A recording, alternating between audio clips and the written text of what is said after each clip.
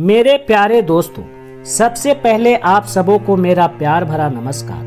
दोस्तों, आज मैं आपको एक मोटिवेशनल स्टोरी सुनाऊंगा। अगर स्टोरी पसंद आए तो वीडियो को लाइक, शेयर और सब्सक्राइब जरूर कीजिएगा। तो चलिए देर ना करते हुए स्टोरी को शुरू करते हैं। किसी गांव में एक साधु रहता था जो दिन भर लोगों को उपदेश दिया करता था। उसी गांव में एक नर्तकी भी थी जो लोगों के सामने नाचकर उनका मन बहलाया करती थी। एक दिन गांव में बाढ़ आ गई और दोनों की मृत्यु हो गई। मरने के बाद जब वे दोनों यमलोक पहुंचे तो इनके कर्मों और उनके पीछे छिपी भावनाओं के आधार पर इन्हें स्वर्ग या नरक दिए जाने की बात कही गई। साधु खुद को स्वर्ग मिलने को लेकर पूरी तरह आश्वस्त था। वहीं नर्तकी अपने मन में ऐसा कुछ भी विचार नहीं कर रही थी। उसे सिर्फ फैसले का इंतजार था।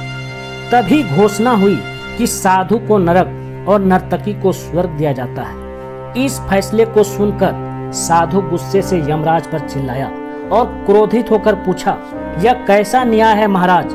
मैं जीवन भर लोगों को उपदेश देता रहा और मुझे नरक नसीब हुआ, जबकि यह स्त्री जीवन भर लोगों को रिझाने के लिए नाचती रही और इसे स्वर्ग दिया जा रहा है। ऐसा क्यों?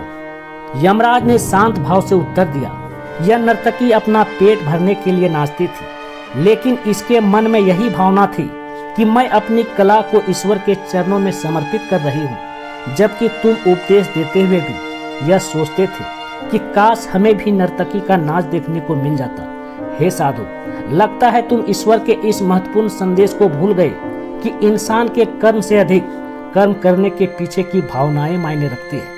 अतः तुम्हें नरक और नर्तकी को स्वर्ग दिया जाता है। दोस्तों, हम कोई भी काम करें उसे करने के पीछे की नीयत साफ होनी चाहिए, अन्यथा दिखने में भले लगने वाले काम भी हमें पुण्य की जगह पाप का ही भागी बना देंगे। धन्यवाद।